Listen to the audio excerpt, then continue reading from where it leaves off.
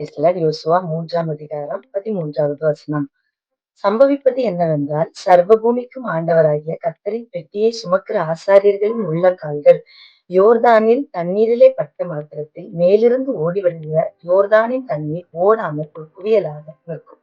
இந்த வார்த்தை சொல்கிறது, அந்த உடன்படிக்கை பெட்டியை சுமக்கிற ஆசாரியருடைய கால்கள் பட்ட உடனே கரை புரண்டு ஓடுகிற பெரும் யோர்தானின் வெள்ளம் அப்படியே குவியலாக நீண்டது என்று கர்த்தருடைய வார்த்தை சொல்கிறது. இன்றைக்கும் யோர்தானை போன்ற பிரச்சனைகள், சோதனைகள், போராட்டங்கள் கரை புரண்டு நம்முடைய வாழ்க்கையிலே இன்னைக்கு ஓடிக்கொண்டிருக்கிறது. ஆனால் அவைகளை நிறுத்தும் வல்லமையை தேவன் நமக்கு கொடுத்திருக்கிறார்.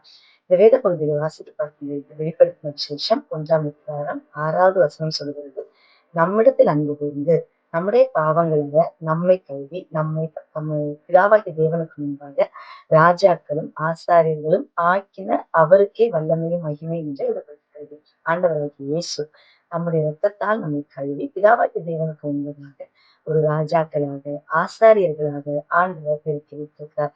எபிரேயர் 4ஆம் அதிகாரம் 14, 15 வசனத்துல வாசித்து பார்க்கும்போது, வானங்களின் வழியாய் பரலோகத்துக்கு போன தேவகுமாரனாகிய இயேசு என்கிற மகா பிரதான ஆசாரியர் நமக்கு இருக்கிறார். அதே போல நம்முடைய பலவீனங்களை குறித்து பரிதபிக்க கூடாத ஆசாரியர் நம்ம பரிதபிக்கிற ஒரு பிரதான ஆசாரியர் நமக்கு இருக்கிறார். எல்லா விதத்திலும் நம்மை போல சோதிக்கப்பட்டும் பாவம் இல்லாதிருக்கிற ஒரு மகா பிரதான ஆசாரியர் நமக்கு இருக்கிறார் என்று வேதம் சொல்கிறது. இன்றைக்கு அந்த ஆசாரியர்களாக நம்ம நிறுத்துகிறது தேவன். அதே போல நம்முடைய பிரதான ஆசாரியர் இயேசு கிறிஸ்து, அவரை சுமக்கிற நாம் எங்கு போனாலும் நமக்கு முன்பதா இருக்கிற யோர்தானை போலப்பட்ட பெரிய தடைகள் தானாக விலகும். God bless you.